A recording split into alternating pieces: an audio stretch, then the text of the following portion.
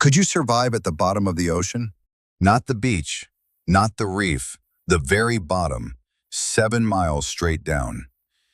It is the deepest place on the entire planet. Down there it is pitch black, freezing, and silent as death. And the water itself is pressing in with the weight of a mountain. Step outside your vessel, and you would be crushed before you finish the thought. Yet somehow, impossibly, something is alive down there. This is a journey to the bottom of the ocean. To understand it, you have to go down, slowly. You climb into a tiny metal sphere, the only thing that can keep you alive. The hatch seals, the cranes let go, and you begin to sink. For the first few meters, the world is bright and blue and familiar. Fish dart past, and sunlight dances on the surface above you. This is the sunlight zone, the thin skin of ocean we all know. But it ends fast. By 200 meters, the colors start to die. Red vanishes first, then orange, then yellow.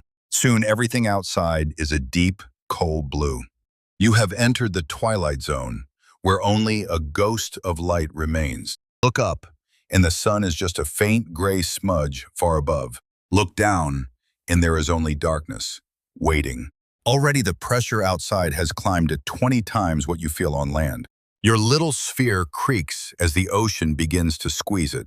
And you are barely getting started. At around 1,000 meters down, the last trace of sunlight vanishes completely. From here on, the sun will never reach again. You are sinking into a world of permanent, total night. The temperature outside drops toward freezing. The only light now is the soft glow of your own vessel's lamps. Beyond that small circle, you cannot see a thing. And you are still nowhere near the bottom. Welcome to the midnight zone.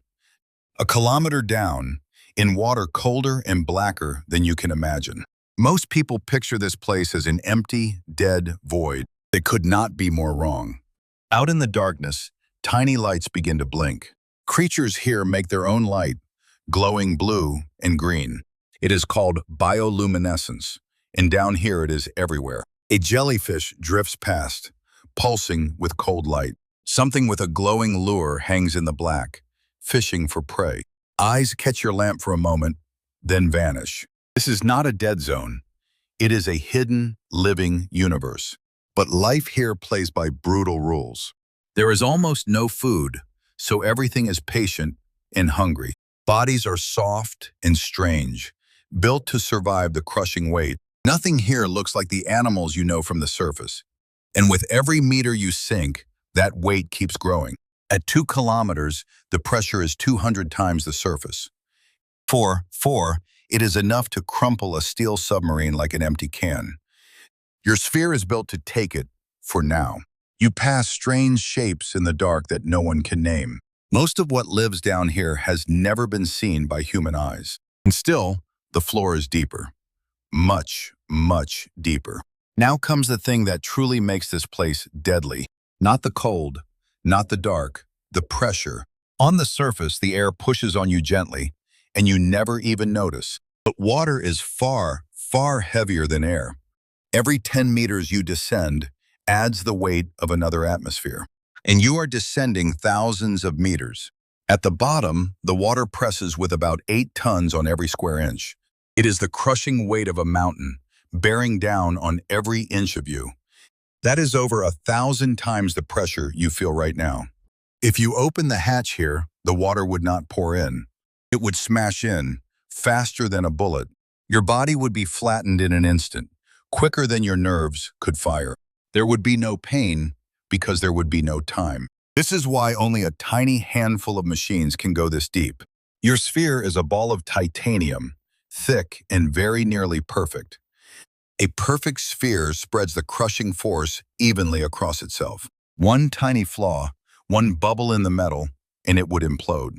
Inside, you sit in a space barely bigger than your own body, cold, cramped, and utterly alone in the dark. Everything outside wants to crush you into nothing. Only a few centimeters of metal stand between you and oblivion. And now, at last, your lamps catch something below, the floor. You have reached the bottom of the world. This is the Challenger Deep in the Mariana Trench.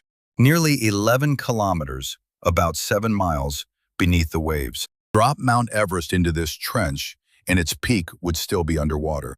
The floor is a pale, silent plain of soft, ghostly mud. Nothing has ever felt heavier or more still. And this is exactly where people expect the monsters. The giant ancient beasts of the deep, the mighty megalodon shark. But that is a myth. The megalodon died out millions of years ago. There are no giants waiting in the dark down here. What lives here is far stranger and far smaller. Ghostly white amphipods, like pale shrimp, swarm across the mud. Strange single-celled giants, each the size of your hand, rest on the seabed. Even fish cannot survive this deep. The deepest of them give out miles higher up. The things that remain have never known light, or warmth, or a gentle day. They are built entirely for the crush, and somehow they thrive in it. Life found a way, even here, in the most hostile place on Earth. You sit in your sphere and simply watch.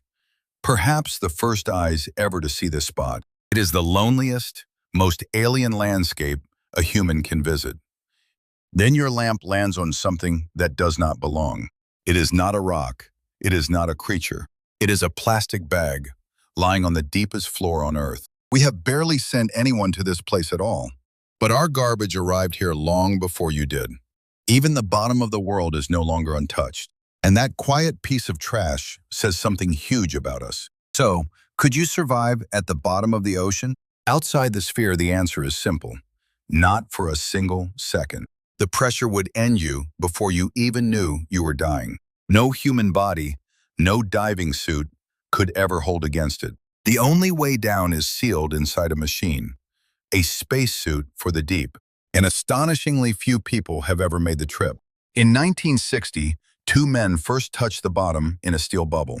Then, for over 50 years, no one went back at all. In 2012, a single explorer made the plunge alone. And a few years later, another began diving the deepest trenches one by one. That is very nearly the entire list of humans who have seen this place. We have better maps of the moon and of Mars than of our own seafloor. Most of the deep ocean has simply never been explored at all. So no, you could not survive down there. Almost no one can even go. The bottom belongs to the machine and to the creatures of the crush. But the real shock is not how deadly it is how little we know it. Think about that for a moment. We have mapped distant planets in stunning detail. We have walked on the moon and driven robots across Mars. Yet the deepest parts of our own planet remain a mystery.